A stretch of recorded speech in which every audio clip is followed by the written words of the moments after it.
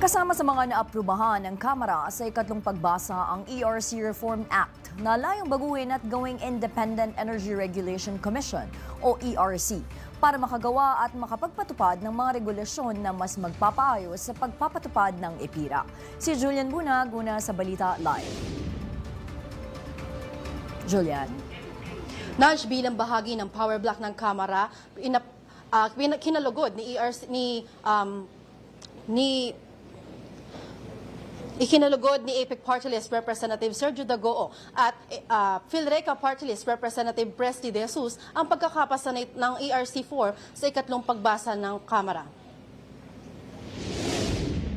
Sa ilalim ng panukalang batas, ang Energy Regulatory Commission o ERC ang eksklusibong mamamahala sa regulasyon ng electric power industry sa bansa.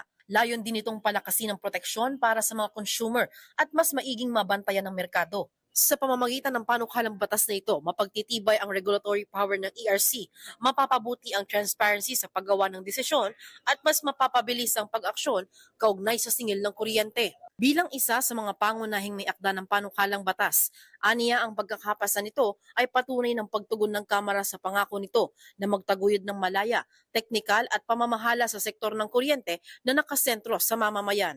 Bilang isa sa mga nagsusulong ng abot-kayang kuryente, iginiit ni Dagook na ang pagpapalakas ng ERC ay hindi lang isang structural reform. Ito ay pangako sa mamamayan na ang kapakanan ng mga consumer ay hindi pababayaan.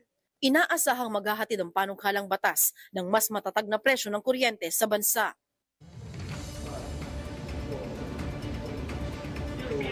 Nandiyan bilang ito ay naaprubahan na nga sa ikatlong pagbasa, inaasahan naman na itatransmit na ito ng Kamara sa Senado para sa isa pang deliberasyon.